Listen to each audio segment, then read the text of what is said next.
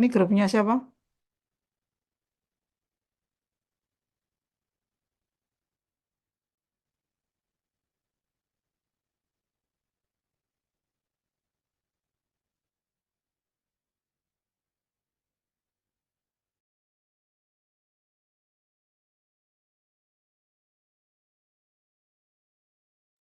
Oh, suaranya apa pancen durung ngomong?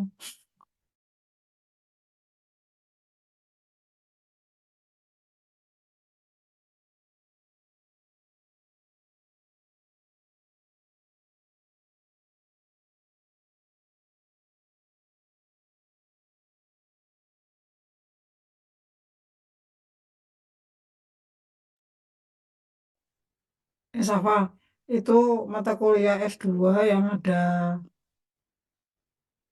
Prof. Lukmannya itu dia nggak pernah presensi di anu loh ya, di Siado. Diingatkan soalnya rugi nanti kalian, nilainya nggak bisa keluar. Oh, gitu. Kalau beliau 3 kali ya harus ngisi 3 kali gitu loh. Itu sama aja seperti kalian absen ya. Jadi Iya, tolong iya. bilang diingatkan untuk segera nganu. Semua mata kuliah dia yang ada dianya itu nggak ada yang absen itu di pasca. Oke? Iya.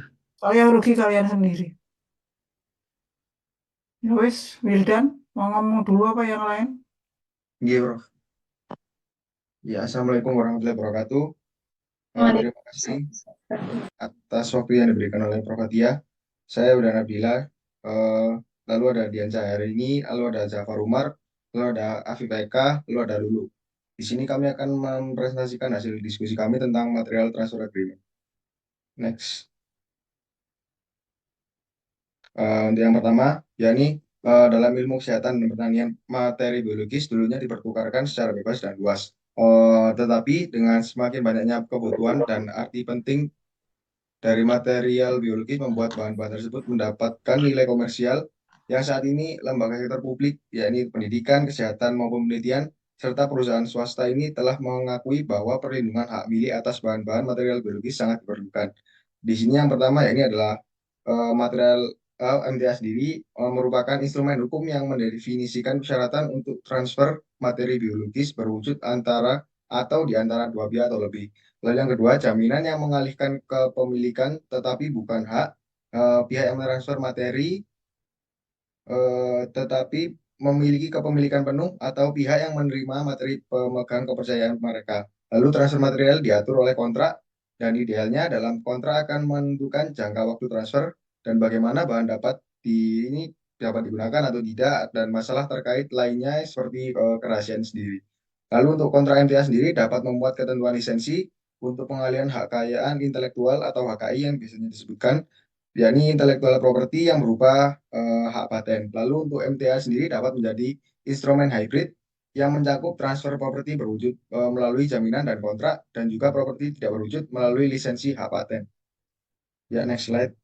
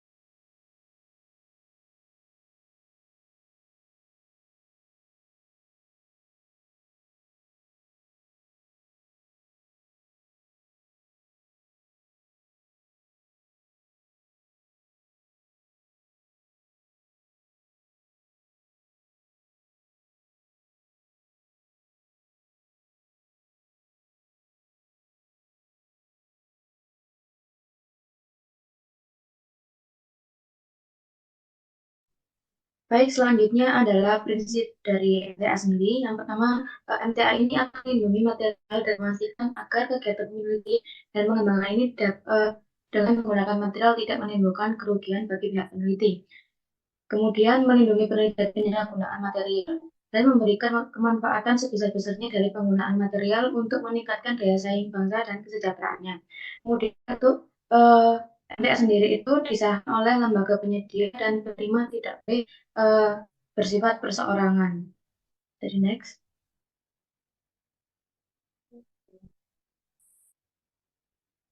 Nah, untuk penggunaan MTA ini sendiri itu dilakukan yang pertama ketika melakukan ekspor atau perpindahan sampel data terkaitnya. Kemudian perpindahan sampel dalam negeri dan data terkait ke badan hukum tersah. Kemudian untuk menentukan penggunaan akhir atau distribusi yang lebih lanjut dari sampel dan data terkait yang dibagikan untuk satu tujuan tetapi dengan potensi penggunaan tambahan. Kemudian tujuan atau penggunaan jika terdapat peraturan atau ketentuan tertentu atau ketika pihak ketiga seperti lembaga pemerintahan seperti Kementerian Kesehatan atau instansi lainnya terlibat atau memang harus terlibat gitu. Kemudian jika material yang dipindahkan mempunyai potensi nilai intrinsik yang penting baik material itu sendiri atau kemungkinannya dalam lain atau untuk pengembangan. Kemudian sebagai bagian dari perjanjian menyeluruh yang lebih besar, seperti protokol penelitian atau perjanjian bilateral lainnya. Nah, MTA ini bisa berupa dokumen yang sederhana atau perjanjian yang sangat tergantung pada nilai komersil dari bahan yang digunakan untuk dan tujuan bahan tersebut. Gitu.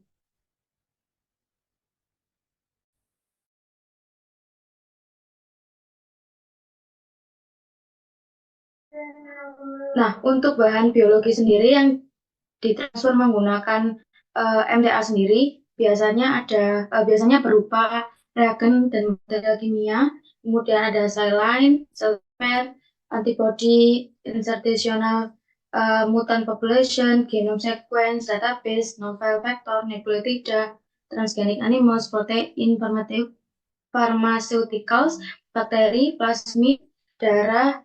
Kemudian ada material sumber daya hayati, baik dari mikroba, hewan ataupun tumbuhan, sumber daya genetik tanaman, serta prototip.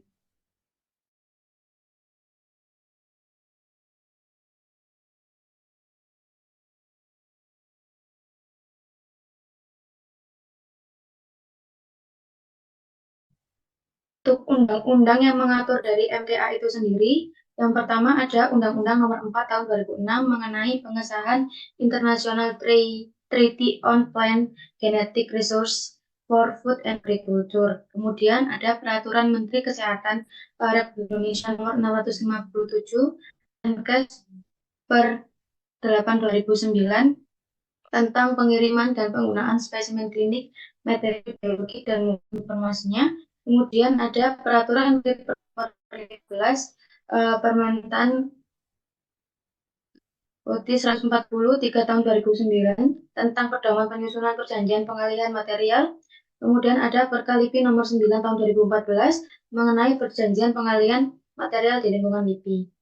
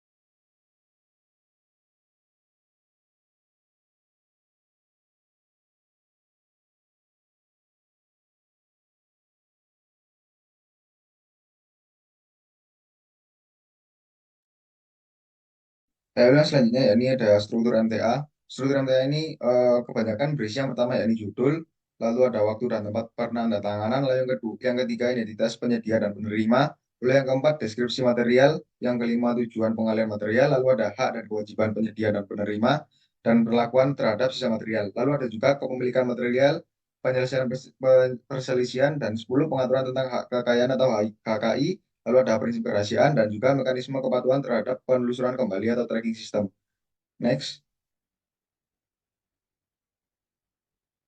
Di sini merupakan contoh dari MTA yang eh, di sini merupakan contoh MTA dari Dinas Kelingkungan Hidup yang model pertama ini merupakan untuk dalam negeri yang non komersil, dan model yang kedua ini yang non komersil untuk dalam negeri tapi tidak dengan non lead bank.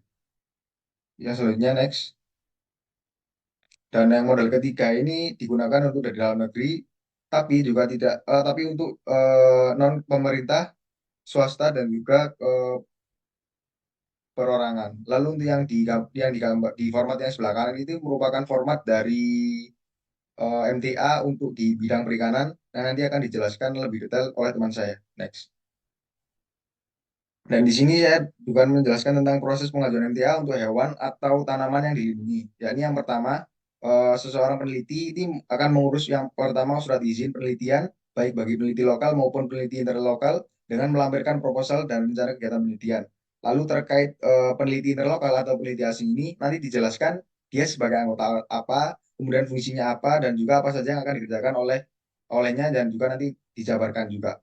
Lalu peneliti ini mengurus surat rekomendasi baik dari BRIN maupun SKIKHD yang ada di BRIN ini juga, dan melampirkan proposal serta rancangan atau rencana kegiatan yang nantinya akan mendapatkan surat izin penelitian beserta rekomendasi dari BRIN dan SKIKH. Dan juga nanti ada beberapa pertimbangan dalam penerbitan surat izin penelitian, dan biasanya akan memakan waktu 2 sampai 6 minggu untuk mengurus surat izin dan surat rekomendasi ini. Lalu peneliti ini juga akan mendapatkan surat izin dan rekomendasi, perlu menyampaikan atau mengirimkannya ke Deputi Keanekaragaman Hayati dan Konservasi Genetik, yakni Direktorat Jenderal KSDAE dan juga KLHK, agar mendapatkan tembusan dari surat KLHK sendiri. Dan nanti peneliti ini mengurus SATDN bila sampel hanya digunakan untuk keperluan dalam negeri. eh, Kalau di luar negeri itu namanya SATLN. Lalu untuk biayanya sendiri bervariasi tergantung dari status tanaman yang tersebut, dan juga SATDN atau SATLN ini juga melampirkan surat izin penelitian, surat rekomendasi, dan juga surat tembusan dari BRIN, SKIKH, maupun KLHK. Dan untuk mengurus surat ini bisa dicek di web KLHK, dan juga nanti ada juga kisaran biayanya sendiri. Next. Dan berikut merupakan contoh format dari MTA yang digunakan untuk hewan yang dilindungi. Bisa dilihat di sini. Ini dari contoh dari BRIN yang dikeluarkan oleh APEN di sini. Dan untuk keterangan dari hewan-hewan yang dilindungi atau maupun tumbuhan yang dilindungi bisa dilihat di apendix saat ini, seperti website yang ada di sebelah kanan. Lalu next. Dan untuk contoh kasusnya, saya mengambil dari LUBI. Ini uh, pemulihan tanaman berbasis open source, di mana pada tanggal 17 April 2014 ini ada sebentuk solidaritas dengan perjuangan internasional dalam pembelaan petani dan petani yang dicanangkan oleh Flavia Campesina. Di sini plasma nutfa, pertukaran plasma nutfa ini non elit ini di kalangan pemulihan tanaman yang ada pada masa lalu itu relatif terbebani. Kemungkinan besar akan diatur oleh perjanjian MTA yang menetapkan syarat-syarat penggunaan, termasuk pembagian royalti jika produk turunannya dikomersilkan. Karena pemulihan tanaman tersebut bergantung pada proses siklus seleksi, rekomendasi, pembatasan yang diberlakukan pada plasma nutfa, juga melalui penegasan hak kekayaan intelektual dan kewajiban kontrak membatasi pembagian plasma nutfa. Untuk dengan meningkatnya perlindungan hak milik terhadap tanaman pangan, kemampuan pemulihan tanaman untuk mengakses beragam kultivar dan sifat-sifatnya yang dimilikinya semakin menjadi terbatas, sehingga mengancam pertukaran plasma nutfa yang mendasari pengembangan kultivar baru. Di sini organisasi tersebut bernama OSI. Di sini menciptakan saluran baru untuk melepaskan plasma nutfah tanaman dengan tujuan memperluas, bukan untuk mengurangi. Ya, lalu juga untuk meningkatkan pemulihan tanaman dan juga meningkatkan komunitas pemulihan dan petani tanaman. Tentu untuk kekhawatiran terhadap perubahan landscape juga kekayaan intelektual dan khususnya meningkatkan kesulitan dalam mengakses sumber daya. Lalu untuk perkembangan bioteknologi dan perluasan perlindungan hukum terhadap benih telah mempercepat perubahan ini karena pemulihan tanaman sendiri sangat bergantung pada program pengenalan keragaman genetik ke dalam program pemulihan dan peningkatan kontrol hukum dan fisik terhadap plasma nutfah akan berdampak buruk bagi masa depan tanaman. Dan OSI ini menawarkan saluran alternatif bagi plasma nutfah yang mendorong pertukaran bebas dan berupaya membatasi pembatasan yang dapat menghalangi benih-benih tersebut untuk ditanam ataupun dibiarkan dan diperdagangkan ataupun dijual. Next. Untuk selanjutnya yaitu MTA dari Kementerian Pertanian dengan MTA Kementerian Kelautan dan Perikanan. Di antara kedua kementerian ini perbedaan yang mendasar yaitu terletak pada jenis bahan yang ditransfer. Untuk yang Kementerian Pertanian fokusnya berkaitan dengan transfer benih tanaman atau produk pertanian. Sedangkan untuk Kementerian Kelautan dan Perikanan fokusnya yaitu transfer bahan biologis seperti spesimen ikan atau organisme laut. Pada Kementerian Pertanian mengikuti peraturan Menteri Pertanian seperti yang disebutkan di atas, sedangkan untuk Kementerian Kelautan dan Perikanan mengikuti beberapa peraturan yaitu Menteri Kelautan dan Perikanan Republik Indonesia nomor Peraturan 11 Kementerian tahun 2010 tentang tata cara dan persyaratan perizinan pengolahan dan analisis data dan sampel perikanan di luar negeri. Kemudian mengikuti penetapan Direktur Konservasi dan Keanekaragaman Hayati Laut, Direktorat Jenderal Pengelolaan Ruang Laut nomor 2020 pelayanan penerbitan surat angkut jenis ikan atau saji untuk jenis ikan yang dilindungi dan atau termasuk appendix site. Selanjutnya, Kementerian Pertanian ada beberapa persyaratan, yaitu yang pertama para pihak ini terdiri dari pemberi dan penerima. Untuk pemberi dari dalam negeri dapat berupa kelompok tani, gabungan kelompok tani, unit pelaksana teknis, badan litbang pertanian ataupun badan hukum swasta. Sedangkan untuk pemberi luar negeri dapat berupa perorangan, kelembagaan pemerintah ataupun swasta. Untuk penerima dalam negeri dapat berupa unit pelaksana Badan Litbang Pertanian, badan hukum swasta ataupun perguruan tinggi. Sedangkan untuk penerima luar negeri dapat berupa perorangan, kelembagaan pemerintah ataupun swasta ataupun negara yang termasuk dalam daftar negara para pihak yang nantinya ada di slide berikutnya di lampiran 1A. Kemudian untuk SDG, sumber daya genetiknya dapat berupa tanaman yang dapat termasuk dalam lampiran 1B ataupun yang bukan. Untuk tanaman yang dalam lampiran 1B dapat melalui perjanjian sistem multilateral, sedangkan untuk tanaman yang tidak termasuk dalam lampiran 1B dapat melalui perjanjian sistem bilateral sesuai dengan kesepakatan pemberi dan penerima. Kemudian untuk pengalihan SDG ini dibedakan antara pengalihan SDG dari dalam negeri dan dari luar negeri yang terdiri dari non-komersil ataupun non-komersil atau komersil. Untuk yang non-komersil ditujukan hanya untuk litbang SDG yang dialihkan. Sedangkan untuk komersil ditujukan untuk penelitian pengembangan produk komersial dari SDG yang dialihkan. Kemudian selanjutnya untuk kewajiban dapat melakukan pengalihan SDG ke penerima sesuai tujuan pengalihan. Sedangkan kewajiban penerima yaitu memberikan kompensasi kepada pemberi, memberikan sejumlah royalti dari total pendapatan atau lainnya sesuai dengan kesepakatan. Untuk hak pemberi dan penerima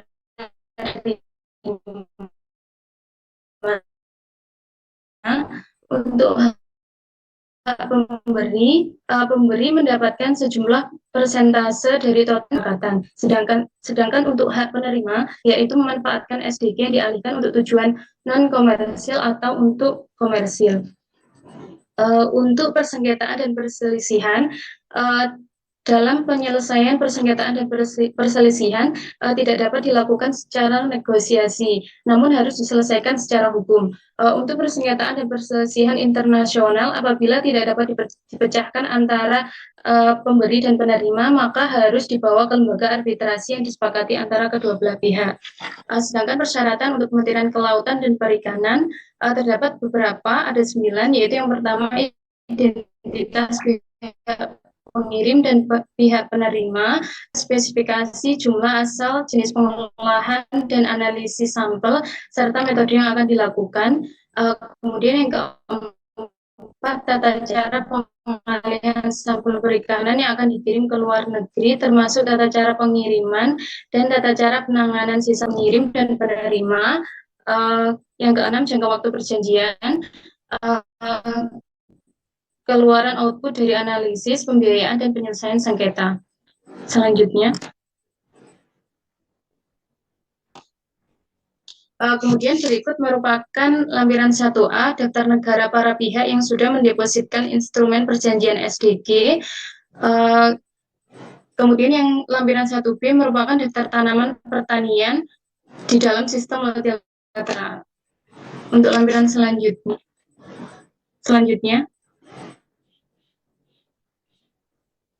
berikut merupakan appendix text yang sudah dijelaskan di atas. Untuk yang jenis ikan yang dilindungi dapat dilihat pada appendix text berikut.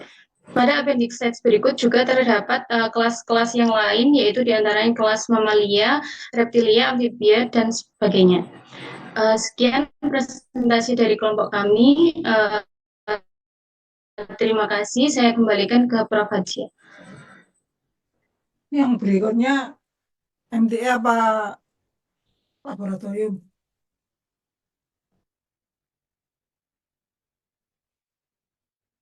Dulu, ada yang bisa jawab? Mungkin kalau boleh laboratorium dulu. Nggak dengar, putus-putus. Cuma Nah, satu ini toh. mungkin yang laboratorium mau maju dulu. Yang laboratorium. Kita diskusi dulu ya. Silakan.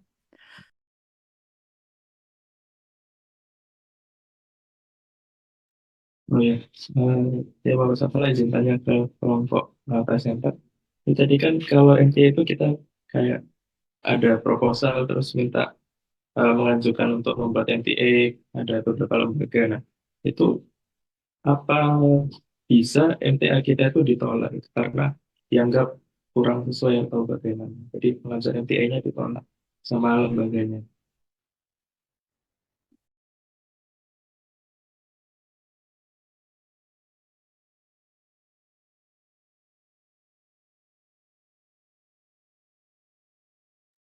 Ayo langsung jawab.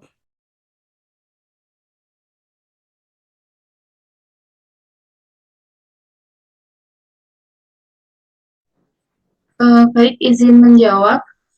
Untuk pengajuan MTE itu ada kemungkinan ditolak apabila tidak sesuai dengan persyaratan. Karena sudah ditentukan adanya persyaratan-persyaratan yang lengkap sesuai dengan keamanan dan keselamatan SDG dari asal negaranya, misalnya dari Indonesia. Seperti itu.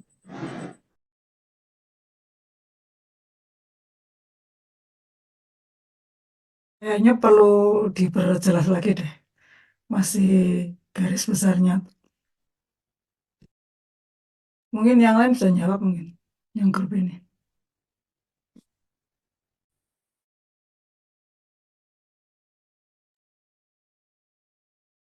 Ambil teman-temannya menyampaikan pertanyaan. Siapa udah puasa jawaban itu? Jadi, pokoknya kalau kurang sesuai itu berarti ada kemungkinan ditolak gitu. Tapi kenyataannya kan peneliti juga suka seenaknya sendiri ya. Termasuk pembimbingnya Miftah itu.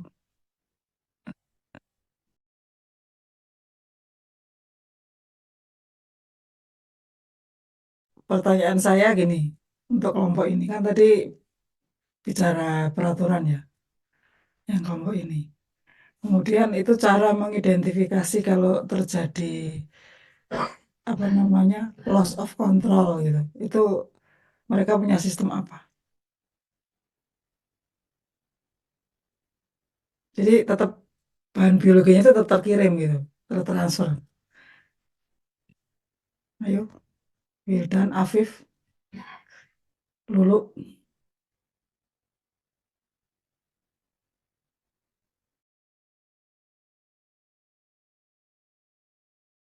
Kan tadi nyampeinnya kan hanya membaca gitu, jadi nggak difahami. Harusnya kan kalau nyampein itu difahami. Kan pasti ada peraturan bila ada terjadi loss control gitu kan. Pada kenyataannya banyak peneliti yang walaupun berizin ke LIPI atau sekarang namanya BRIN gitu, tapi mereka tetap membawa bahan biologis kita ke luar negeri gitu. Apa? Ini menilai loh saya. Jangan tidak dijawab. Jadi ini saya menilai.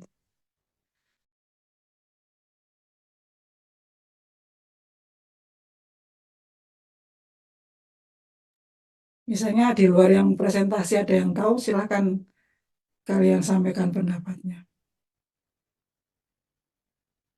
Kemudian tadi yang saya tulis di chat itu saya print screen, jadi itu sebagai laporan. Karena saya melihat angkatan ini orangnya anu ya tidak peduli terhadap keterlambatan dan tidak peduli dosennya sudah datang duluan menunggu gitu, tidak peduli. Dan itu tidak satu dua orang. Alhamdulillah sudah dicatat gitu sama departemen. Nah, saya pun tadi sudah print screen mana aja yang terlambat, mana aja yang sudah diminta on cam, tidak on cam gitu. Ini kayak Meli ini pura-pura on cam tapi mukanya nggak dilihatkan gitu. Saya nggak habis ngerti kenapa. Itu dijawab, Wildan, Lulu, Afif. Kalian jangan tidur dong. Wah, ternyata Rahmat habis Lebaran tetap membuat marah ya.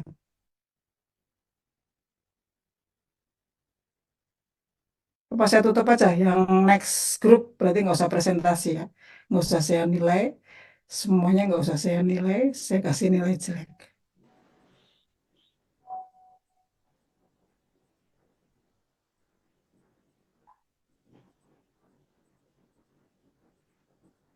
Kalian ngapain?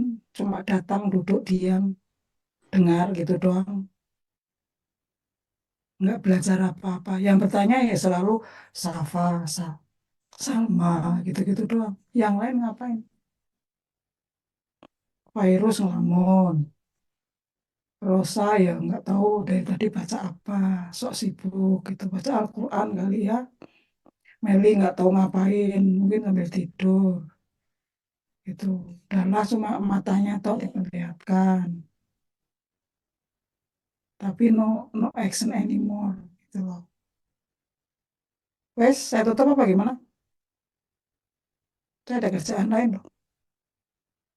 Udah ini, jadi Lulu, Wildan, sama Afif nggak bisa jawab. Bisa nggak Izin. jawab saya?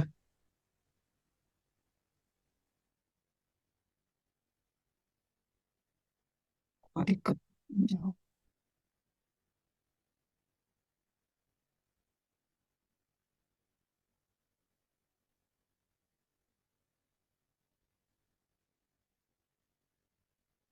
Taunya dari mana? Gitu loh. Orang kalian kalau pengen tahu itu yang namanya daun ganja aja itu kalau nggak ada yang laporin sebenarnya bagian imigrasi juga nggak ngerti kalau itu daun ganja. Bolak-balik kan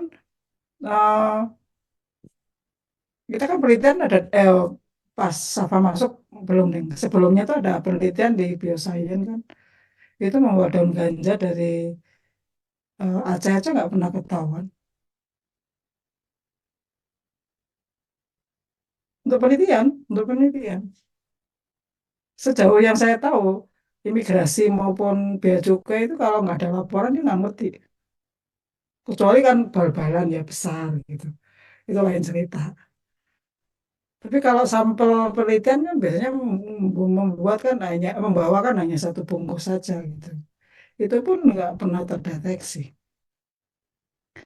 Ini realita loh yang terjadi di Indonesia. Apalagi Surabaya. Keluar masuk itu saya sih santai-santai aja kalau lewat Surabaya. Saya lebih senang lewat Surabaya dari tempat lain. Cuma TKI aja yang sama Surabaya diidentifikasi begitu kerasnya gitu. Ini kalian makanya terus jangan menyepelekan kelemahan ini gitu. Nah, sehingga kalian tuh paling tidak mestinya ada yang kalau nanti ada yang bekerja di baik karantina maupun bea cukai seperti itu kan diperlukan anak-anak biologi juga untuk melihat tadi ada transfer biological sampel apa enggak ke luar maupun ke dalam negeri. Barang hidup aja sering loss. Ini sudah melek semua apa masih tidur semua ya? Kok no respon ya sudah next the last group ah Safa. Masih ada Dua apa saja? dua, yang satunya juga MTA, sehingga laboratorium. MTA-nya yang disampaikan sama apa enggak? Ini kelompok siapa nih ya MTA satunya? Ayo dijawab mulutnya. Kelompok saya, Prof, terkait tisu dan biological material. Tadi saya sampaikan, apakah ada yang MTA lagi itu nggak ada yang jawab. Maksud saya diskusinya mestinya setelah MTA yang kedua itu presentasi. Tapi tadi nggak ada yang respon karena semua pikirannya tidak di kelas ini gitu loh. Ya sudah, sekarang presentasi wes. Pantas-pantasnya presentasi terserah. Dua-duanya presentasi segera. Cepat, nggak pakai lama.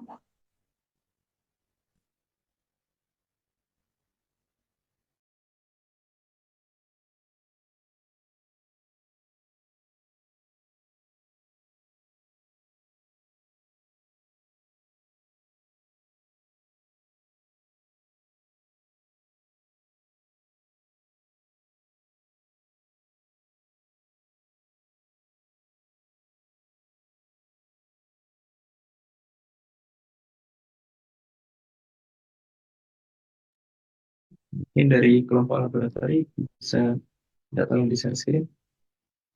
Loh, pokoknya MTA masih ada satu lagi. Oh gitu. Ini kok kelamaan? Kenapa sih sharing aja kok kelamaan? Ya, mungkin Udah pada bangun kok belum? dari kelompok MTA yang satunya. Ini emang kelas paling brengsek ini.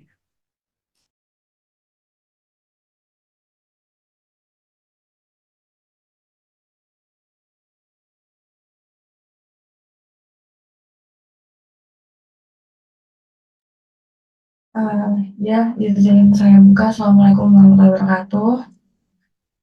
Selamat pagi kepada Prof. Fajar dan juga rekan-rekan sekalian.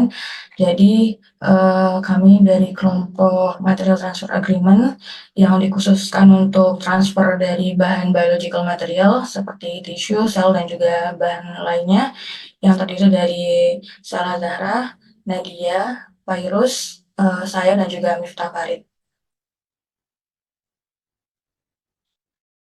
Baik, tadi sudah dijelaskan terkait definisi tentang MTA itu sendiri, yaitu MTA suatu kontrak hukum yang mengatur terkait pemindahan material yang biologis. Kalau Nah, yang kalau udah di didefinisikan kayaknya nggak usah disampaikan ya. nanti TKM. saya jelasin.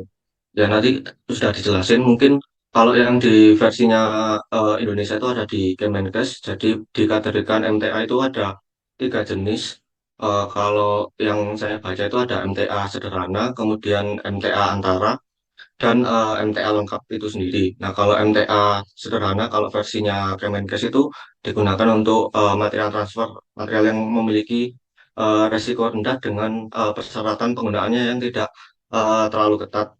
Contohnya, ketika sebuah universitas itu dikategorikan sebagai pihak pertama, misalkan yang ingin ditransfer itu sampel jaringan tikus kepada seorang peneliti lepas, misalkan dikategorikan sebagai pihak kedua eh, yang digunakan untuk penelitian kanker. Nah, sampel jaringan tikus itu diklasifikasikan sebagai material biologi dengan resiko rendah. Nah, kalau MTA antara itu digunakan untuk transfer material dengan resiko sedang dan dengan persyaratan penggunaan yang lebih spesifik dibandingkan MTA sederhana.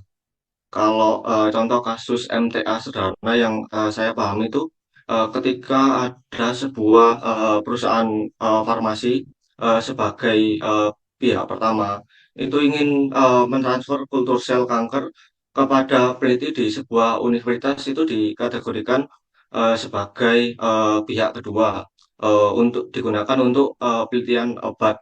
Nah, kultur sel tersebut diklasifikasikan sebagai material biologi dengan resiko sedang.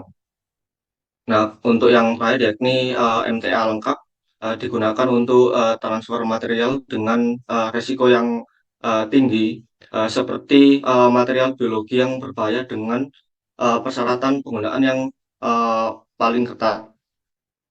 Contohnya, kalau di studi kasus itu, misalkan dalam sebuah perusahaan bioteknologi ingin mentransfer virus influenza H5N1 yang telah dimodifikasi secara genetik kepada, misalkan dikirim ke laboratorium penelitian tingkat tinggi di negara lain untuk dilakukannya penelitian vaksin. Nah, virus tersebut diklasifikasikan sebagai agen biologi kategori ketiga dan em, memiliki resiko yang paling tinggi. Next slide.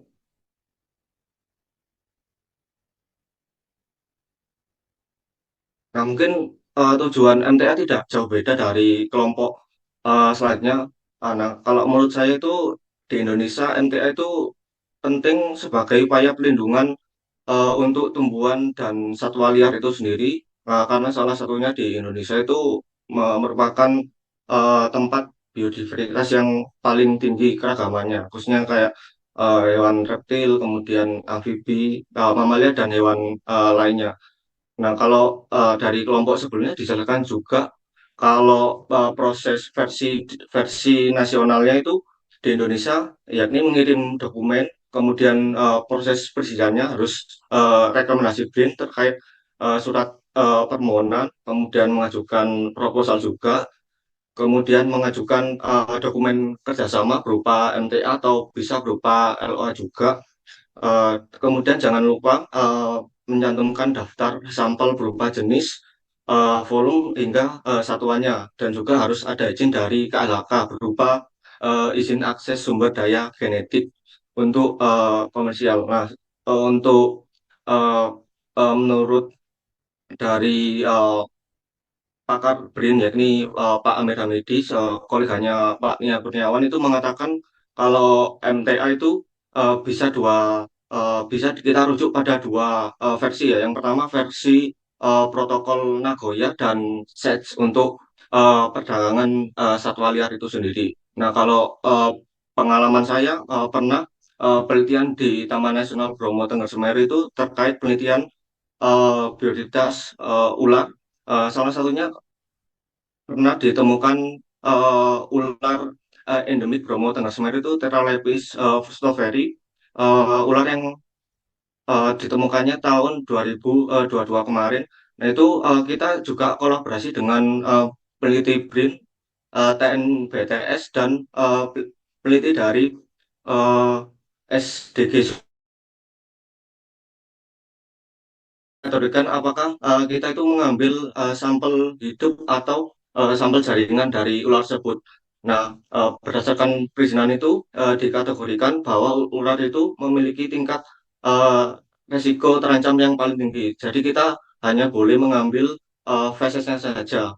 Tidak boleh mengambil jaringan. Kalau misalkan mengambil jaringan, kita mengawetkan hewan tersebut, kemudian kita kasih number tag, dan di tujuan MTA-nya itu harus jelas dari deskripsi hewannya, kemudian ukuran hewannya berapa, jenis kelaminnya apa, baru kita boleh melakukan penelitian di eh, sana seperti itu. Nah, kalau misalkan kita juga penelitian di luar negeri, kita ekspor kata, misalkan ekspor kata di negara India. Nah, khususnya kalau di India kan ekspor kata kan dilarang. Nah, bagaimana kita izin MTA itu sesuai prosedur. Nah, MTA yang digunakan itu MTA versi internasional, karena perizinannya juga itu dibatasi dengan ekspor kata. Nah, salah satunya alasan ekspor kata di India itu yang pertama adalah konservasi dan keakraban hayati itu sendiri. Kemudian untuk eh, pencegahan penyakit, karena kata juga dapat membawa penyakit menular berbahaya bagi manusia dan hewan lain. Nah, itu adalah pentingnya MTA untuk mengetahui deskripsi dari barang atau sampel yang ingin kita transfer, misalkan dari antar negara atau eh, secara lokal atau nasional seperti itu.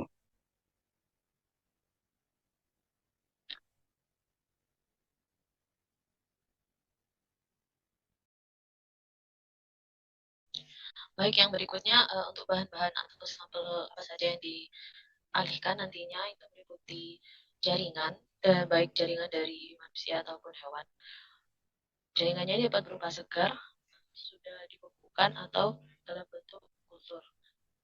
Kemudian ada juga definisi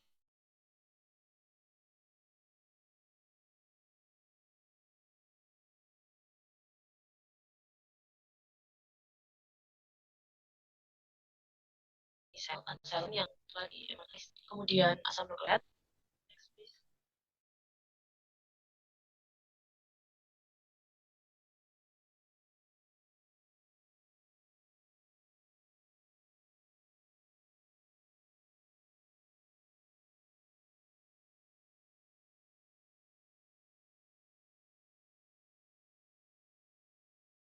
Ya, selanjutnya terkait penyusunan MTA yang dikhususkan terhadap biological material, ini dibagi menjadi 3 subgrup yang berbeda. Yang pertama yaitu original biological material. Ini misalnya termasuk dalam beberapa sampel biobank seperti sampel darah, sampel jaringan, sampel apa namanya, sampel urin ataupun bahan-bahan dari biologis lain, entah itu dari hewan ataupun dari tumbuhan, atau bahkan kalau misalnya dari sisi biomedis itu bisa didapatkan dari pasien langsung. Lalu ini juga ada terkait subgrup dari progeny. Ini yang merupakan original biological material yang sifatnya descendant. Ini biasanya berupa germline, atau juga dia biasanya berupa sel gamet, lalu juga ada berupa embrio, zigot, dan sebagainya. Lalu juga ada unmodified derivative. Ini seperti subunit purified ataupun isolated component, biasanya bisa berupa protein, nukleik asid, DNA, mRNA, ataupun metabolit yang didapatkan dari hewan, tumbuhan, ataupun ya dari 2 subjek itu. Dan di MTA di biological material ini sebenarnya secara isian itu kurang lebih sama, cuman memang nanti dari beberapa bahan ataupun sampel yang digunakan ini ada beberapa aspek yang perlu diperhatikan. Misalnya juga ada terkait term and termination. Jadi kalau misalnya dalam suatu penyusunan MTA ini, baik dari provider ataupun dari resipien, pengidam ataupun penerima ini sendiri, jika awalnya sudah terjadi persetujuan ataupun sudah terjadi agreement antara kedua belah pihak, namun ketika selama berjalannya waktu dari pihak resipien ataupun yang menggunakan dari bahan biological ini melakukan pelanggaran ataupun melakukan penyalahgunaan, itu nanti dari pihak penyedia ataupun pihak provider itu bisa melakukan termination ataupun pembekuan hak dari penggunaan biological material. Selain itu juga ada beberapa aspek yang perlu diperhatikan lagi. Misalnya dalam penggunaan biological material ini resipien ataupun pengguna ini juga harus benar-benar bisa memperhatikan dan mengikuti custodianship atau custodianship ini merupakan regulasi dalam penggunaan, dalam handling dan juga dalam penyimpanan bahan-bahan biologi. Jadi ini mungkin nanti akan membedakan MTA dari biological material dengan whole organism. Jadi di MTA ini lebih dikhususkan bagaimana pengguna ini bisa mempertahankan dan juga bisa menjaga dan juga bisa menyimpan dan bisa menggunakan dengan baik biological material yang diterima dari provider gitu.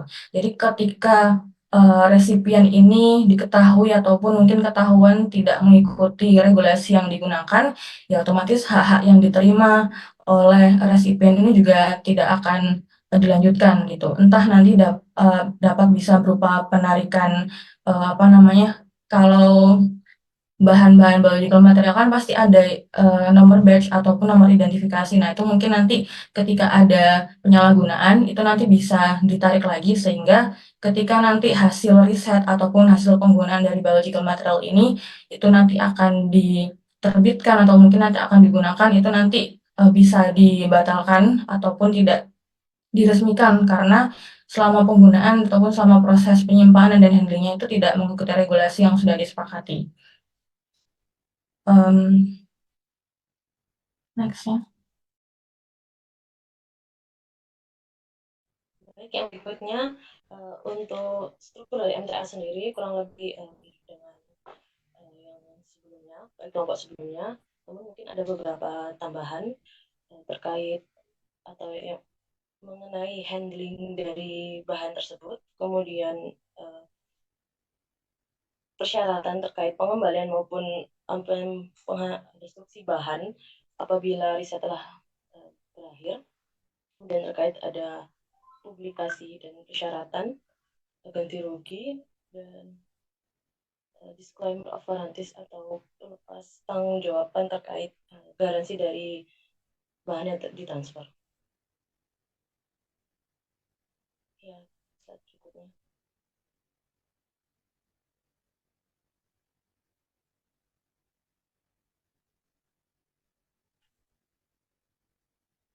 Baik, berikut merupakan contoh dari flowchart dari Australian Donation and Transplantation Biobank, di mana flowchart ini menggambarkan proses persetujuan untuk pengambilan dan juga distribusi dari sampel jaringan dari donor yang sudah meninggal. Di mana langkah-langkahnya sebagai berikut: donasi organ dan jaringan dimulai dengan pengambilan organ dan jaringan dari donor yang sudah meninggal. Kemudian setelah pengambilan awal, organ akan dimasukkan ke ruang operasi untuk kemungkinan transplantasi ke penerima, dan jaringan yang lainnya akan dikirim ke lab ADTB untuk penyimpanan dan juga distribusi. Kemudian pada bagian tissue available ini banyak bagian-bagian jaringan yang menunjukkan bahwa tidak semua jaringan ini nantinya akan distribusikan untuk penelitian, dan dilakukan patient assessment, di mana para peneliti ini harus menilai apakah jaringan tersebut nantinya cocok untuk penelitian mereka. Kemudian dilakukan communication of tissue request, di mana peneliti yang membutuhkan jaringan nantinya akan mengajukan permintaan ke Australian Donation Transplantation Biobank, dan selanjutnya akan masuk pada proses approval, di mana setelah penilaian jaringan dan permintaan dari peneliti, ADTB nantinya akan memutuskan apakah akan menyetujui permintaan tersebut. Apabila di-approve, maka peneliti yang memiliki izin dapat menggunakan sampel jaringan dari ADTB dan kemudian dapat melakukan penyimpanan di mana nantinya jaringan akan disimpan di biobank ADTB untuk penelitian mendatang. Next, kemudian dilanjut pada skema terkait dengan proses pengajuan permohonan sampel di biobank ADTB, di mana peneliti akan mengajukan permohonan melalui email ke ADTB dengan menyertakan dokumen yang diperlukan seperti formulir cara penggunaan dan ketentuan ADTB, kemudian persyaratan-persyaratan seperti persetujuan etika, dan salinan email untuk peneliti, kemudian template MTA, dan lain sebagainya. Selanjutnya, tahap peninjauan permohonan, di mana ADTB akan meninjau permohonan peneliti termasuk dokumen-dokumen yang tadinya sudah diserahkan. Kemudian memastikan bahwa permohonan tersebut mematuhi semua persyaratan dan pedoman dari ADTB. Kemudian apabila terjadi jika permohonan disetujui, maka ADTB akan mengirimkan surat persetujuan ADTB, MTA, dan formulir akses sampel yang telah disetujui kepada peneliti. Dan apabila permohonan ditolak, maka ADTB akan memberikan alasan penolakan kepada peneliti. Kemudian peneliti dapat menandatangani MTA dan formulir akses sampel ADTB yang telah disetujui, dan peneliti mengirimkan MTA serta formulir tersebut yang sudah ditandatangani ke ADTB. Kemudian nantinya ADTB akan mengirimkan sampel biobank kepada peneliti.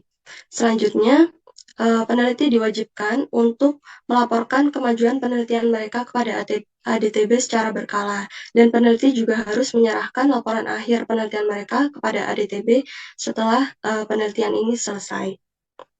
Next slide.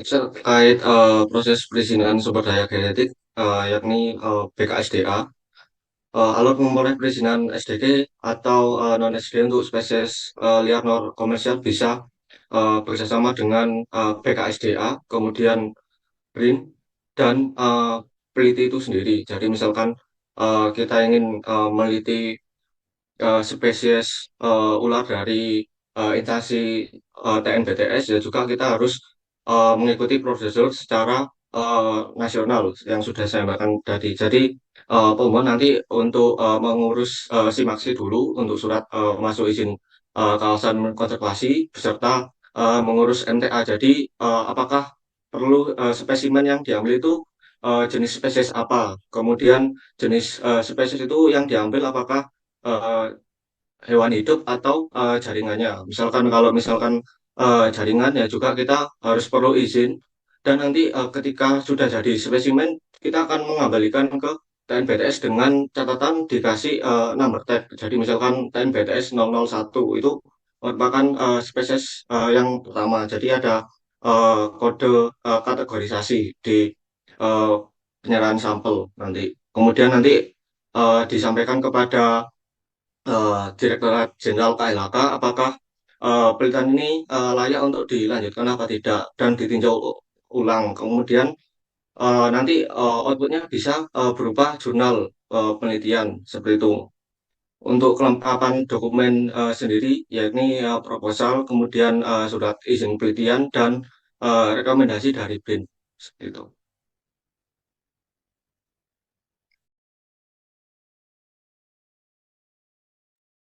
Ya, selanjutnya terkait isu-isu yang sudah cukup ada terjadi terkait penyusunan MTA, ini umumnya terjadi dikarenakan adanya lack ataupun kekurangan informasi dan juga pengetahuan dalam scientific literature selama penyusunan MTA. Nah, selain itu ada juga MTA yang jika ada pihak pertama maupun pihak kedua ini terjadi perjanjian antar negeri, antar luar negeri ataupun negara yang berbeda. Nah, itu biasanya juga bisa terjadi kekurangan karena adanya harmonisasi yang kurang, alias regulasi di negara A dan juga negara penerima itu berbeda. Nah, selain itu meskipun di level di dalam negeri pun antar instansi penyedia maupun penerima itu juga bisa jadi bisa rawan juga terjadi penyalahgunaan MTA karena regulasi antara instansi A maupun instansi B ini tidak sama, dan juga mungkin tingkat keketatan ataupun kepatuhan dalam penyusunan MTA antar institusi ini juga berbeda, sehingga terkadang memang sebelum dilakukan penyusunan MTA itu memang sangat perlu dilakukan terkait pemahaman dan juga penyelarasan dari MTA itu sendiri. Dan jika di Indonesia sendiri, MTA ini sudah ditetapkan terkait penyusunannya di Undang-Undang Nomor 11 Tahun 2019 tentang Sistem Nasional Ilmu Pengetahuan dan Teknologi. Ini juga dijelaskan bahwa terkait penjelasan terkait MTA sendiri dan material-material yang disertakan dalam penyusunan MTA itu ada beberapa contohnya. Misalnya ada keanekaragaman genetik terkait informasi terhadap tumbuhan, hewan maupun mikroorganisme maupun tingkat spesies. Dan terkait biological material sendiri di Indonesia itu juga ada salah duanya. Yang pertama terkait sumber daya genetik tanaman untuk pangan dan juga pertanian, ini juga diatur di Peraturan Menteri Pertanian Nomor 15 Tahun 2009 terkait pedoman penyusunan perjanjian alih teknologi atau Material Transfer Agreement, dan juga untuk peraturan terkait spesimen klinis ataupun bahan biologis di bidang kesehatan itu juga diatur di Peraturan Menteri Kesehatan Nomor 657 Tahun 2009 tentang pengiriman dan penggunaan spesimen klinis, bahan biologis, dan informasi yang lainnya. Dan sedangkan untuk penggunaan MTA ini pun di Indonesia sebenarnya sudah banyak instansi yang sudah menyusun pedomannya. Seperti tadi juga di kelompok sebelumnya sudah sempat disinggung terkait dari BRIN atau mungkin dari BKSDA, dari KLHK dan sebagainya. Tapi juga di beberapa level instansi seperti universitas itu juga sudah menyusun pedoman penggunaan MTA. Jadi ketika memang ada bahan biologis yang akan dilakukan penelitian di luar instansi itu sudah ada beberapa MTA yang disusun. Tapi mungkin yang perlu disayangkan adalah kadang juga masih ada beberapa instansi ataupun lembaga yang tidak terlalu memperhatikan material transfer agreement ini, sehingga kadang karena MTA ini tidak terlalu diperhatikan dan tidak dianggap sebagai suatu hal yang penting, penyalahgunaan MTA ini sangat-sangat menjadi kasus yang cukup banyak terjadi. Ini mungkin hanya untuk khususnya banyak terjadi di instansi-instansi yang regulasinya tidak seketat dari instansi yang sudah menyusun pedoman MTA yang sudah seharusnya. Next-nya, ini ada beberapa contoh MTA, ini untuk versi AUTM terkait untuk MTA dari biological material. Ini untuk versi AUTM juga, untuk human tissue dan spesimen juga. Dan ini untuk versi NIH untuk human material transfernya. Next. Baik, berikutnya saat kita melakukan penelitian in vitro dengan kultur sel itu kita perlu menyimpan sel lain atau memindahkan sel tersebut dengan salah satunya menggunakan cryopreservasi. Sebagian besar kultur sel ini dapat kita simpan selama bertahun-tahun atau bahkan tanpa batas waktu tertentu itu pada suhunya itu minus 130 derajat Celcius. Keuntungan dari cryopreservasi itu yang pertama bisa untuk membuat stok, yaitu untuk pengaman saat kita akan memastikan apakah dari kultur sel itu akan mengalami kegagalan atau saat peralatan atau kontaminasi dengan mikroorganisme atau sel lainnya. Yang kedua, untuk menghemat waktu, energi, dan bahan yang diperlukan untuk memelihara dari sel lain tadi itu yang tidak segera kita akan gunakan lagi. Kemudian yang ketiga, untuk pelestarian atau untuk cryopreservasi dari sel lain dengan menggandakan populasi dari sel yang tadi yang jumlahnya terbatas. Kemudian untuk jaminan terhadap untuk penyimpanan fenotipik pada kultur tadi karena ketidakstabilan genetika atau adanya tekanan yang selektif. Kemudian untuk bisa membuat reagen standar yang akan kita gunakan untuk eksperimen lebih lanjut. Next slide.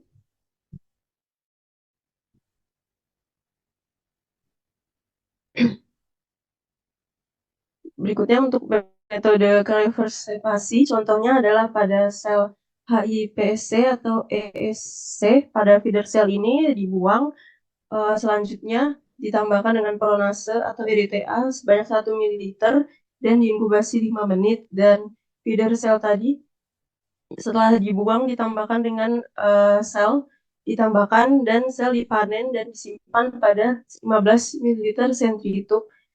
Kemudian medianya dibuang dan ditambahkan dengan CP5E sebanyak 5 ml.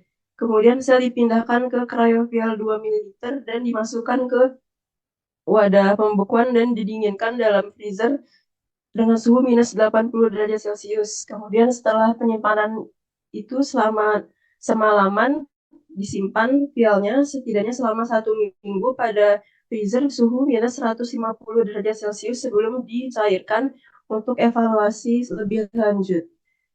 Next slide.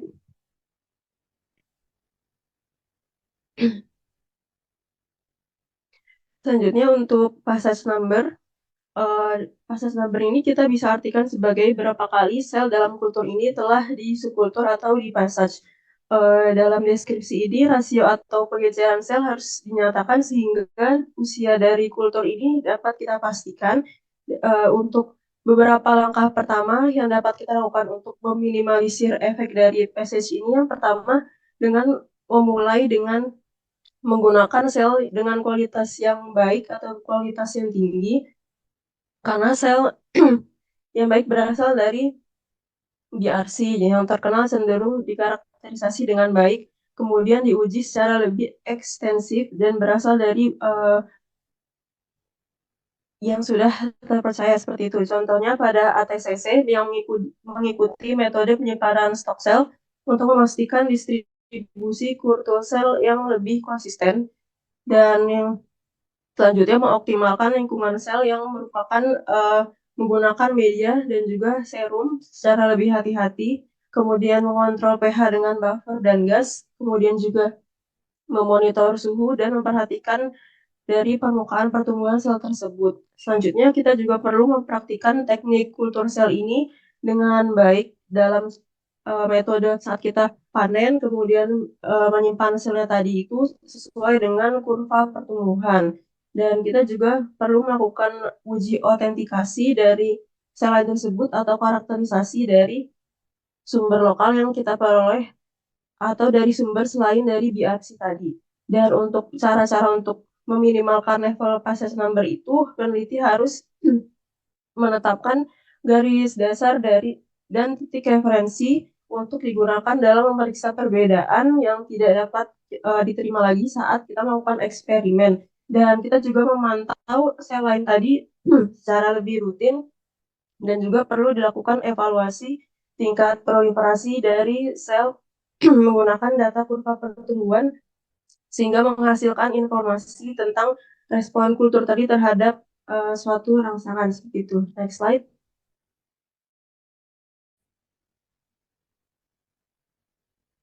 Nah, selanjutnya tentang quality control, yaitu menggunakan cell line authentication. Kita perlu untuk memastikan bahwa sel line ini tidak sengaja ini diberi label yang salah atau terjadi kontaminasi silang. Nah, pemberian label yang salah ini karena bisa menyebabkan interpretasi yang tidak akurat berdasarkan model penyakitnya itu sendiri. Misalkan pada sel line HeLa ini terkontaminasi silang oleh sel line KB, OVCAR8, terkontaminasi silang dengan sel line KB, atau sel OVCAR8 ini salah diberi label sebagai MCF7 seperti itu. Untuk The International Cell Line Authentication Committee ini memiliki sumber daya dari daftar sel line yang salah teridentifikasi, dan untuk salah teridentifikasi ini lebih lanjut dapat dihindari dengan menggunakan profil DNA dari sel line manusia yang dianalisis dengan short repeat tandem saat kita terima dan juga secara berkala saat kita kultur. Next slide. 1 menit lagi. Gantian yang satunya. Slide selanjutnya yaitu dengan analisis kontaminasi mikroplasma, di mana kontaminasi mikroplasma ini bisa menyebabkan salah tafsir dari fenotip dan menghasilkan data yang tidak dapat reliable seperti itu. Dan mikroplasma ini dapat mempengaruhi respons sel lain kanker saat dilakukan kemoterapi dan meningkatkan sensitivitas atau resistensi yang tergantung pada obat tertentu. Next slide.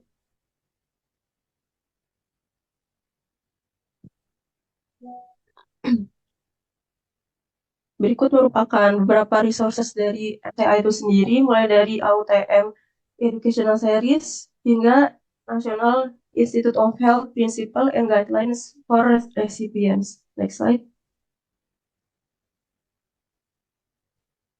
Berikut Nggak perlu. adalah Ini nggak perlu kali ya. Kan ini Amerika punya, bukan Indonesia punya. baik, next slide. Sudah sekarang satu grup yang satunya. Waktunya tinggal sedikit. Ayo segera, jangan kelamaan yang satunya. Terakhir.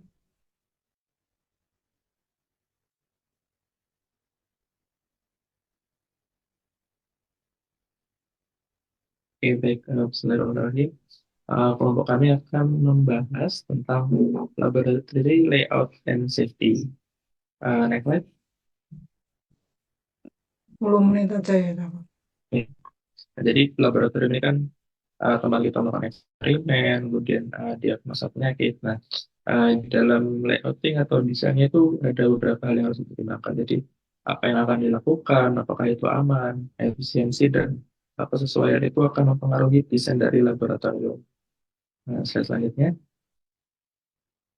Nah, jadi apa yang kita kerjakan di situ itu akan dan merupakan hal penting dalam desain laboratorium. Jadi ketika kita laboratorium mikrobiologi, ya tentu saja yang banyak sana ada LAF, kemudian ada tempat destro, kemudian kita biologi molekuler ya, akan ada alat-alat molekuler, kemudian untuk hematologi nanti ada untuk koleksi darah dan untuk ada mikroskop. Nah, dan desain dari laboratorium ini harus memastikan bahwa laboratorium memiliki space untuk aktivitas yang ditujukan dan dapat diakomodasi dengan alat-alat yang tersedia. Terus nanti ada juga pertimbangan berdasarkan safety. Nanti ada BSL 1 sampai 4 yang nanti akan dijelaskan.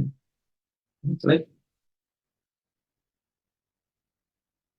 Nah, jadi dalam desain atau layout itu ada dua. Jadi yang pertama itu ada di dalam laboratoriumnya sendiri dan ada di antar laboratorium.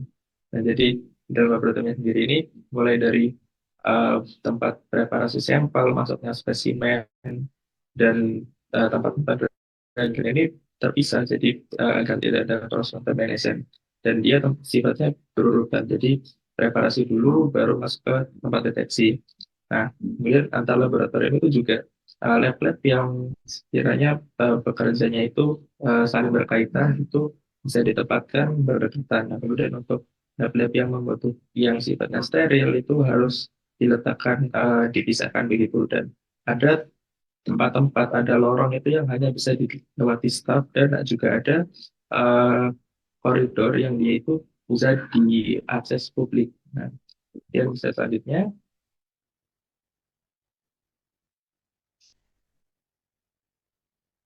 Nah, kemudian ini juga ada hal yang menarik sebenarnya, karena kalau dipikir mungkin di biologi UB sendiri masih ada beberapa laboratorium yang kurang memenuhi.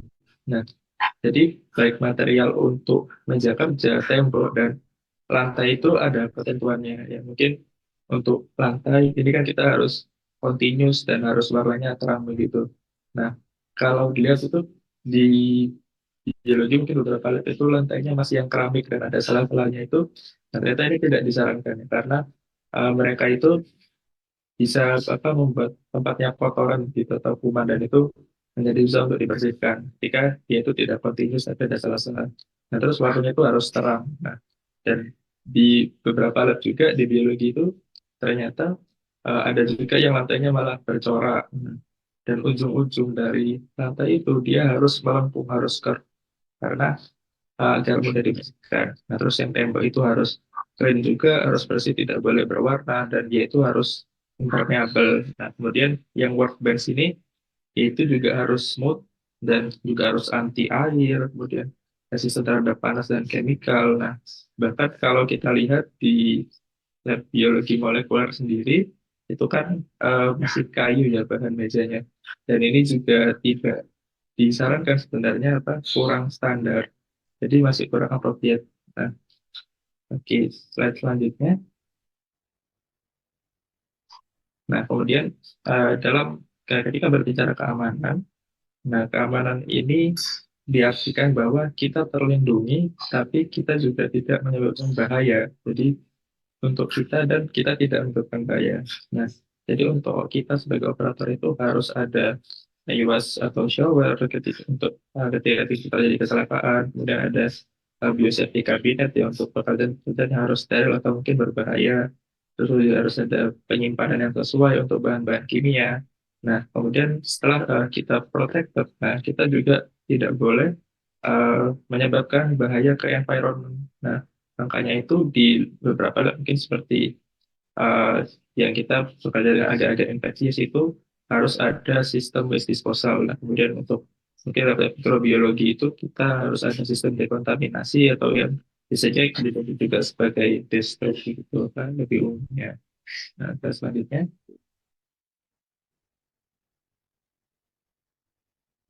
Baik, selanjutnya yaitu Biosafety Level Laboratory atau BSL. Nah, BSL ini didefinisikan sebagai rangkaian tindakan pencegahan biokontaminan yang digunakan untuk mencegah dan mengisolasi agen biologis yang berbahaya serta pelepasannya yang tidak disengaja di laboratorium. Nah, berikut ini merupakan kelompok risiko dan BSL sendiri, di mana semakin tinggi level BSL-nya ini, maka risikonya semakin tinggi.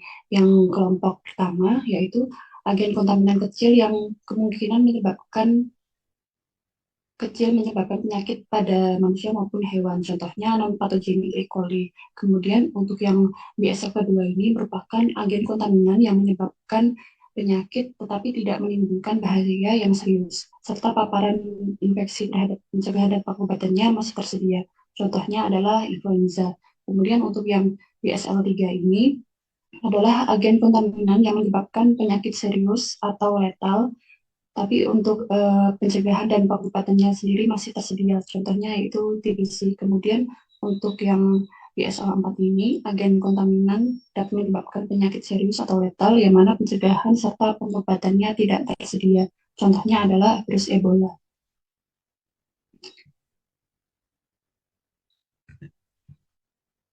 Dan berikut merupakan layout dari laboratori BSL sendiri. Untuk yang BSL 1, kemudian ini yang kedua, ini untuk BSL yang ketiga, dan ini BSL yang keempat.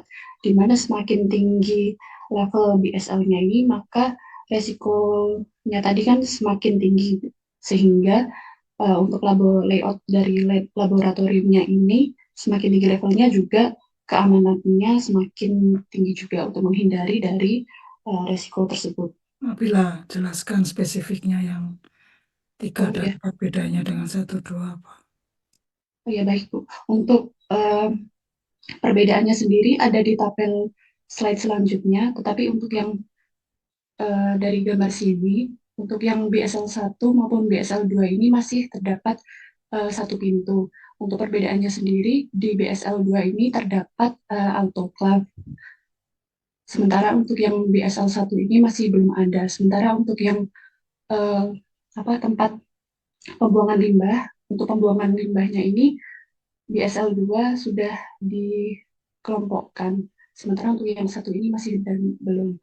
Untuk maksudnya autoclave itu autoclave-nya terpisah atau gimana kok orangnya mau di-autoclave menurut? Oh, tidak.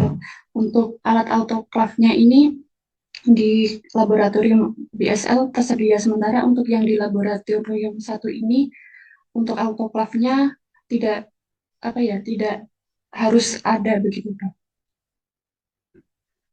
Kemudian untuk yang PPI-nya sendiri, untuk yang BSL 1 maupun kedua ini masih menggunakan PPI yang standar, yaitu menggunakan jas lab. Kemudian untuk pelindung kakinya masih tertutup menggunakan gloves dan goggle. Sementara untuk yang BSL 3 ini PPI-nya sudah lebih safety lagi, yaitu menggunakan gown yang tertutup. Kemudian untuk pintunya ini sudah double door dan terdapat ruang antara. Dan juga untuk yang lab BSL 3 ini terdapat biosafety cabinet untuk yang aerosol, sebenarnya yang keempat ini BSC-nya dapat menggunakan BSC 2 maupun BSC 3.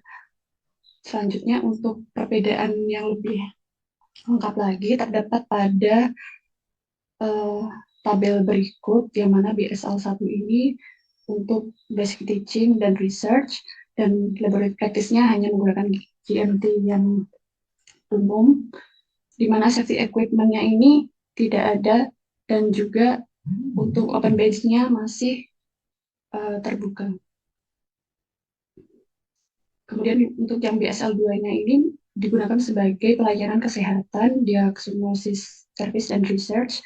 Untuk laboratory practice-nya menggunakan GMT dan ditambah dengan protective clothing dan biohazard sign, seperti untuk yang pembuangan limbah tadi. Untuk yang safety equipment-nya tadi masih menggunakan open bench, ditambah penggunaan BSC untuk penggunaan yang aerosol. Kemudian yang BSL 3 digunakan sebagai pelayanan diagnosis khusus dan research.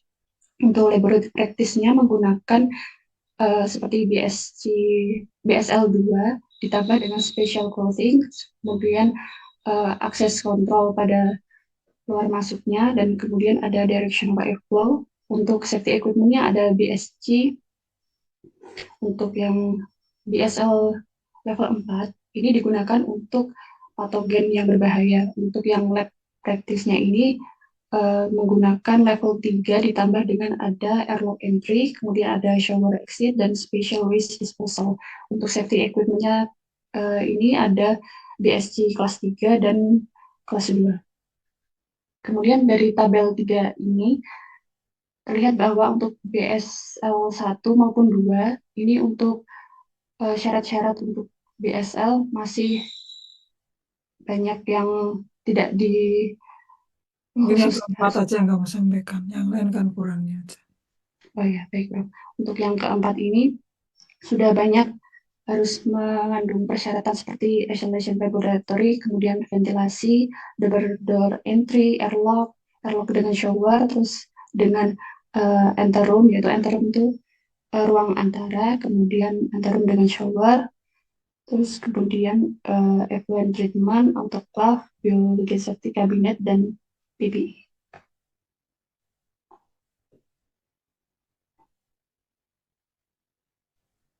Baik, selanjutnya pada slide ini ada video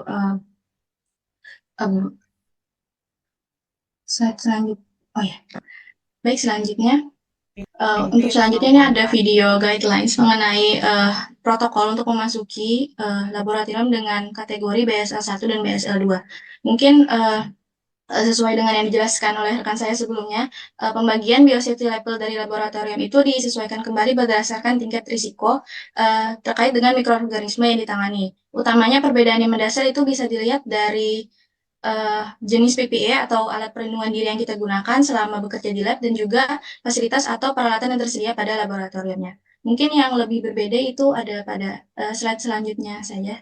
Untuk laboratorium pada kategori BSL 3.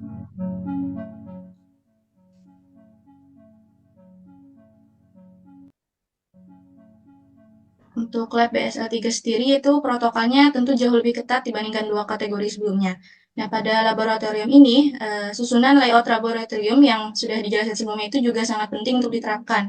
Bisa dilihat dari video, sebelum memasuki ruang lab utama, itu terdapat beberapa ruangan terpisah lain, di mana fungsi dan fasilitas yang dimiliki oleh setiap ruangan itu juga berbeda-beda.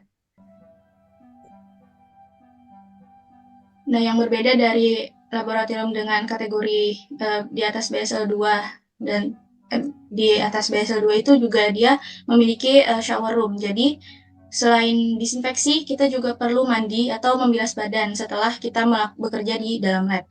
Jadi, pada laboratorium ini karena tingkatan mikroorganisme yang kita gunakan selama bekerja itu juga memiliki resiko yang lebih tinggi, jadi otomatis perlu dilakukan shower. Itu beberapa lab juga perlu dilakukan 2 kali shower untuk meminimalisir resiko terjadinya penyebaran kontaminasi dari ruang kerja di lab ke lingkungan luar.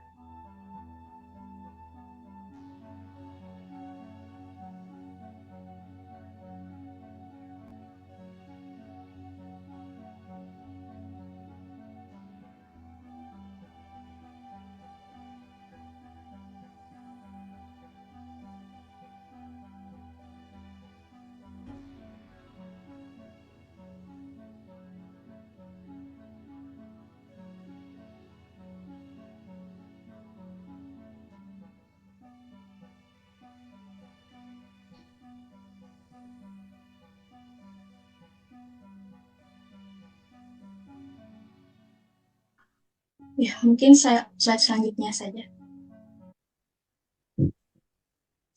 Slide selanjutnya.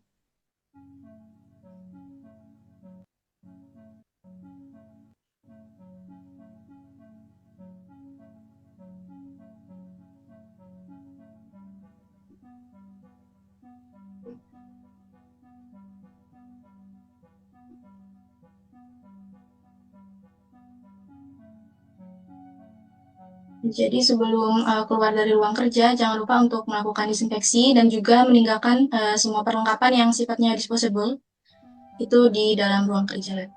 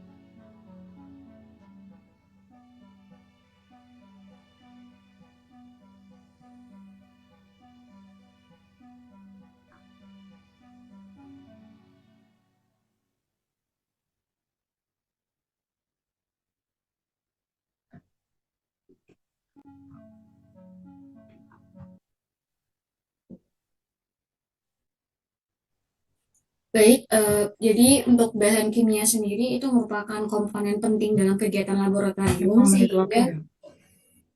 sehingga dibutuhkan perhatian khusus dalam baik itu penyimpanan, penggunaan, bahkan pembuangan agar tidak berbahaya bagi peneliti dan lingkungan, terutama itu bagi bahan kimia berbahaya dan beracun atau B3.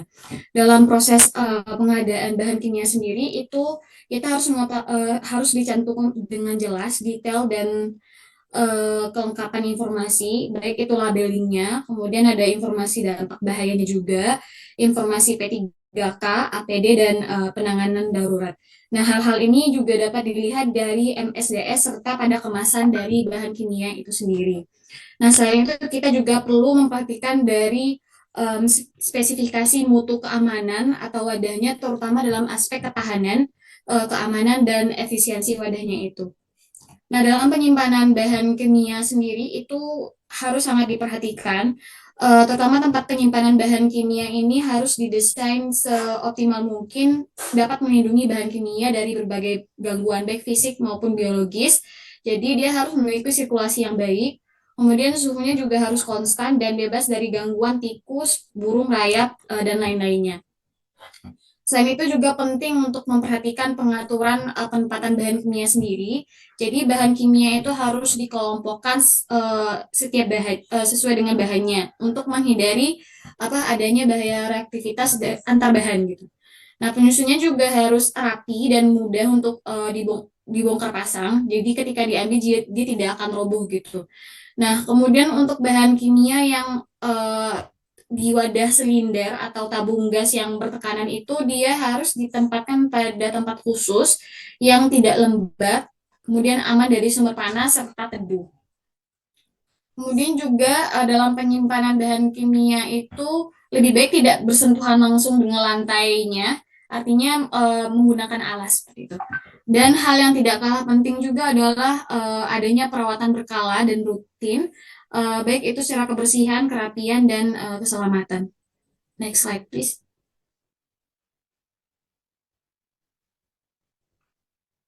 Nah, jadi pada saat ini memberikan instruksi pada kita bagaimana menghandling bahan kimia. Jadi sebelum kita menggunakan bahan kimia itu, kita harus mengetahui jelas informasi produk bahan kimianya apa, yang digunakan dan instruksi keamanan berdasarkan MSDS. Jadi kita perlu cek MSDS-nya, kemudian juga kita perlu cek label dari bahan kimia itu sendiri. Kita perlu memperhatikan untuk tidak menyimpan bahan kimia pada wadah yang tidak berlabel. Di beberapa laboratorium itu dalam melabeli bahan kimia itu ada di bagian wadah dan tutupnya, sehingga tutupnya itu tidak tertukar antara satu wadah lain dengan wadah lain. Jadi kalau kita buka bahan kimia di di wadah yang banyak begitu, jadi tidak tertukar antara wadah yang satu dengan wadah yang lain. Dan juga memudahkan kita dalam pengambilan bahan saat disimpan. Nah, selain itu juga di labelnya itu kita bisa tambahkan informasi kapan bahan kimia itu dibuka, dan kalau dan jika bisa itu dilabeli itu punya siapa, kalau punya perorangan. Nah, kemudian jika terjadi eksiden seperti tumpah, maka itu perlu kita laporkan kepada supervisor atau maupun laboran, dan tumpahannya itu ditangani sesuai dengan panduan yang ada di MSDS. Nah, hal yang tidak kalah penting lainnya adalah jika terjadi, misalkan kita ragu-ragu dalam mengerjakannya, itu jangan malu untuk bertanya pada yang lebih tahu untuk menghindari kejadian yang tidak diinginkan. Next slide, please. Jadi untuk pembuangan limbah sendiri, bahan kimia itu perlu dibuang hati-hati agar tidak membahayakan lingkungan. Limbah yang dimaksud ini bisa jadi bahan yang sudah selesai digunakan, yang sudah tidak dibutuhkan lagi, rusak maupun expired. Nah, limbah berbahaya itu umumnya berupa organic solvent, heavy metals, dan cairan yang bersifat korosif. Bahan-bahan ini dapat dikenali dengan label pada kemasannya. Kemudian untuk limbah berbahaya sendiri itu diletakkan pada wadah tertutup, biasanya itu dari kaca yang dilabeli secara khusus. Jadi kondisi wadahnya juga harus bagus, tidak retak dan tertutup, dan dipisahkan dari jenis limbah lain dan dilabeli dengan khusus. Kemudian untuk bahan yang kaca itu digunakan pada kontainer yang terpisah. Kemudian untuk bahan yang memang dikategorikan aman untuk dibuang di pembuangan, dan juga untuk sampah biasa yang tidak tumpah maupun pecah. Juga kita juga dapat mengurangi bahan kimia dengan cara menggunakan produk seoptimal mungkin, dan jika memungkinkan dapat menggunakan bahan kimia yang lebih tidak berbahaya sebagai ganti bahan kimia yang berbahaya. Next slide, please. Selanjutnya memasuki parameter terkait steril area di laboratorium. Next slide, please. Jadi pada dasar saat ini, ketika kita membahas tentang ruang steril di laboratorium itu umumnya menggunakan 3 parameter, yakni dari ISO atau International Standard Organization, atau juga dengan basis European Commission Guide to Good Manufacturing Practices atau ECGMP, dan juga Laboratory Quality Standard yang dikeluarkan oleh WHO. Sebetulnya untuk general requirement sudah disebutkan di sebelumnya untuk permukaannya yang harus halus, impermeable, dan resisten terhadap agen-agen disinfeksi atau sanitasi, dan juga untuk furniturnya itu sebaiknya hanya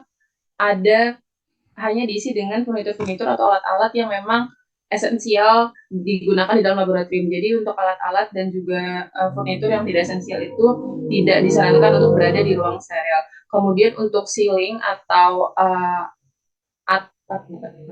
langit-langit itu juga perlu adanya seal atau batasan. Jadi kan umumnya steril area itu memiliki filter udara ya. Nah, filter itu pula harus jelas udara yang disaring itu harus jelas dikeluarkan di mana. Jadi tidak boleh hanya difilter saja lalu udara yang hasil filternya itu nanti ke ruang lain atau apalagi langsung ke ruang terbuka, itu tidak boleh. Kemudian untuk ruang steril itu biasanya sink atau kayak keran air itu untuk cuci tangan itu sebetulnya tidak disarankan. Kemudian yang sebelumnya sudah dijelaskan juga diperlukannya anteroom atau ruang antara sebagai airlock. Jadi ruang antara ini seperti yang pada gambar di sebelah kanan, itu membatasi ruang yang steril dan juga ruang yang non steril. Untuk seperti yang sudah dijelaskan di sebelumnya, jadi untuk laboratorium seperti BSL 4 itu umumnya antarumnya tuh bisa lebih dari 1.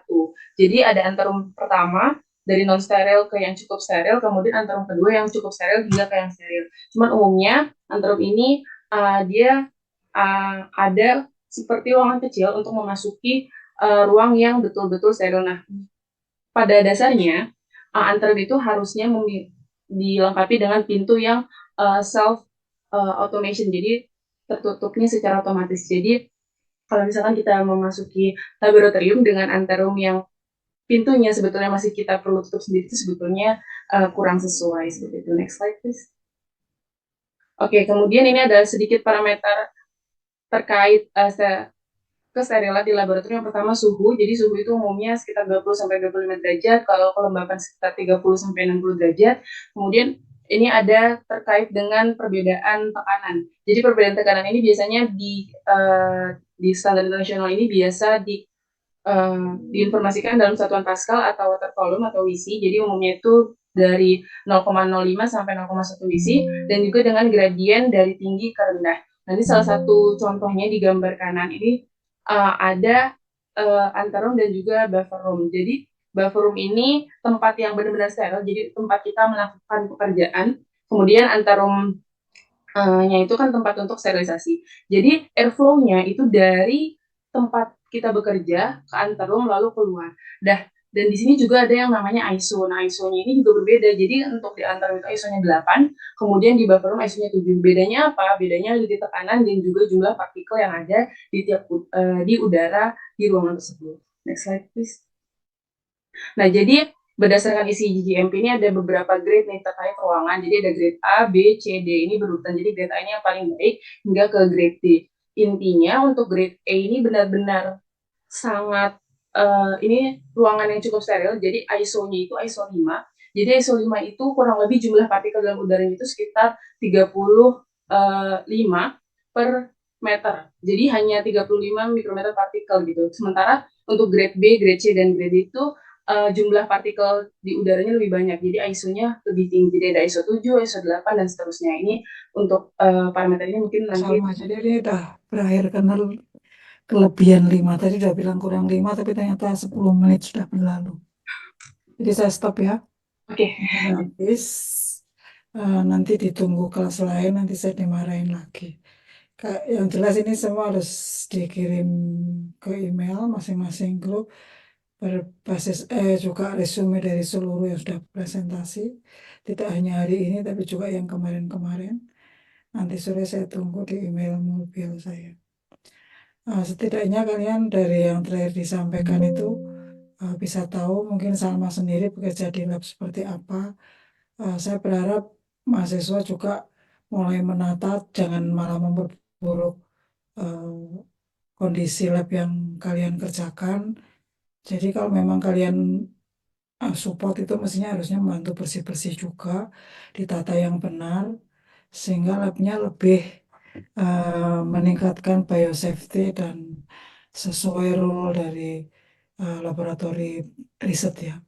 Nanti beberapa laboratori kita itu adalah laboratori riset, bukan laboratori praktikum.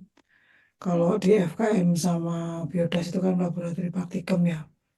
Kalau di Biomo lantai 1 itu rasanya bukan laboratorium praktikum itu. Masa praktikannya lesehan kan ya nggak sesuai juga. Nah, setidaknya kalian dengan belajar mata kuliah ini itu mengetahui bagaimana sih menjadi seseorang peneliti itu dalam mengatur bioetikanya terhadap riset itu sendiri maupun biosafety di laboratorium maupun di lapangan. Ini memang yang kurang. Tadi saya berharap sih waktu sebelum Lebaran itu ada yang bercerita tentang laboratorium di lapangan karena agak beda ya. Waktu itu kita ngajarin dengan akreditasi internasional, ngajarin timnya Cendrawasih itu, Universitas Cendrawasih itu penanganan dari laboratorium wet lab maupun laboratorium lapang itu kita ajari mereka, karena yang ditunjuk oleh pihak pendana dari luar negeri itu adalah kita. Ya, waktu itu saya masih pegang Laboratorium Sentra Ilmu Hayati. Jadi sebenarnya kita sendiri ini sudah menjadi acuan, tetapi sekarang kenyataannya malah lab-lab di biologi itu termasuk yang paling amburadul ya. Tidak sesuai. Tapi saya berharap kalian sebagai mahasiswa jangan malah mengotori, jangan malah merusak kondisi itu. Misalnya selesai penelitian yang di FKM itu kan di koridor-koridornya kan ada tanaman-tanaman yang ditinggal begitu saja kalau kalian sudah selesai penelitian.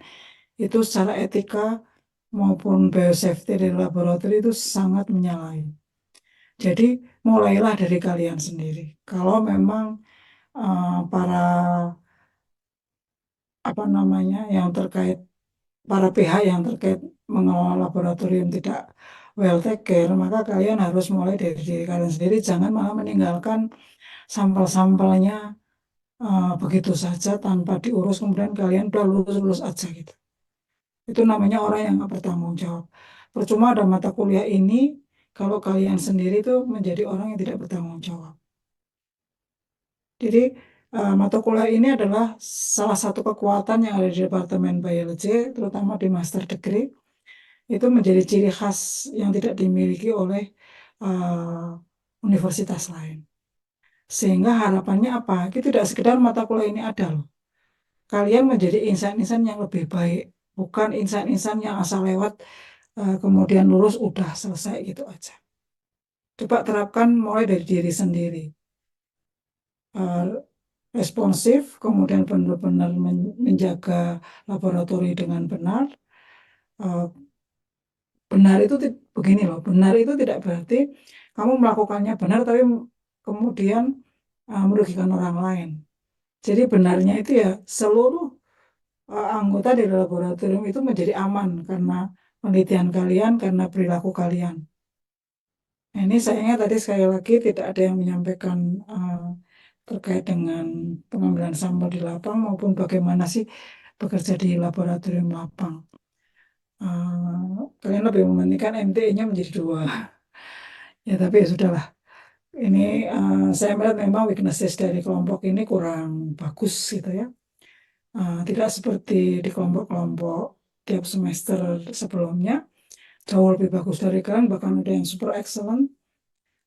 Benar-benar kompak, semuanya aktif, nggak ada yang pasif kayak kalian sama sekali, nggak ada yang membuat trouble. Itu saya memberikan nilai 90 atau 100 itu dengan ikhlas, tanpa mikir panjang, tanpa apa-apa. Tapi kelas ini agak sulit kalau misalnya toh nanti ada yang dapat 80 ya kali ada sumbangan dari Prof. Ul kali ya. Itu yang memang beliau kalau ngasih nilai apa namanya longgar banget gitu. Jadi ya agak sulit lah untuk memberi nilai seperti di kelompok-kelompok lain. Kalau toh dari A ya A-nya hanya apa ya? Ya tadi karena kalau sudah dikualifikasi A-nya itu menjadi bagus karena bukan karena karya kalian gitu. Itu harus kalian ketahui. Saya sengaja mengatakan ini biar kalian itu tidak kegeeran kalau mendapatkan A atau B+. Itu belum tentu itu sebenarnya adalah karya kalian murni. Harus sadar itu. Harus istighfar. Menjadi seseorang itu belajar bioetika dan biosafety ini tidak terus kalian apa ya bangga, tetapi tentu sebenarnya bukan hasil dari kalian. Itu aja sih dari saya. Kenapa kok saya mengatakan lebih keras daripada dosen-dosen lain yang selalu memuja-muji kalian gitu ya. Hidup itu bukan untuk sesuatu yang enak. Hidup itu adalah ujian. Kalau kalian dikasih sesuatu yang enak, itu bukan rezeki, tetapi ujian. Gimana kamu menerima sebuah keenakan itu? Itu garis bawah yang ingin saya sampaikan ke kalian, karena saya sungguh kecewa dengan kelas ini. Perilakunya di semua kelas sama aja gitu ya, angkatan ini. Keluhannya cukup keras banget selama bulan Ramadan kemarin. Kami sering ketemu para dosen dan sama keluhannya. Masuk kelas seenaknya sendiri, responsifnya negatif. Kalau nggak dioprak-oprak tidak apa namanya tidak berespon gitu. Tadi saya tanya, ada kelompok MTE lain? Itu nggak ada yang jawab. Begitu saya tanya, ada berapa presentasi lagi? Dijawab laboratorium dan MTA. Itu pun Safa yang menjawab. Nah, itu kan berarti memperlihatkan kualitas kalian itu perlu di kick off gitu. Benar-benar minus. Kalian nggak merasa malu terhadap hal itu. Ini saya mau nanya nih, Alia Zafira dari tadi nggak ada ya? Ayo, siapa yang mau jawab? Dari tadi nggak ada tuh, Safa? Itu tadi 23 partisipan. Dia bukan kan? Bukan kelas ini. Kelas ini Tapi kan dia berarti nggak datang kan tadi. Oke, di awal dan nanti saya anggap dia tidak masuk. Jadi nanti saya tulis absensi. Yang telat-telat saya kasih catatan juga, saya sudah lapor ke departemen. Jadi seperti itu. Oke. Sekian dari saya. Semoga nanti bisa ketemu dengan dosen lainnya lebih bagus. Saya nggak tahu. Sekali lagi, Safa nanti sampaikan ke Pak Lukman harus presensi ya. Karena yang rugi kalian sendiri. Mungkin ada bimbingannya Pak Lukman yang bisa menyampaikan juga. Silakan disampaikan. Wassalamualaikum warahmatullahi wabarakatuh. Waalaikumsalam.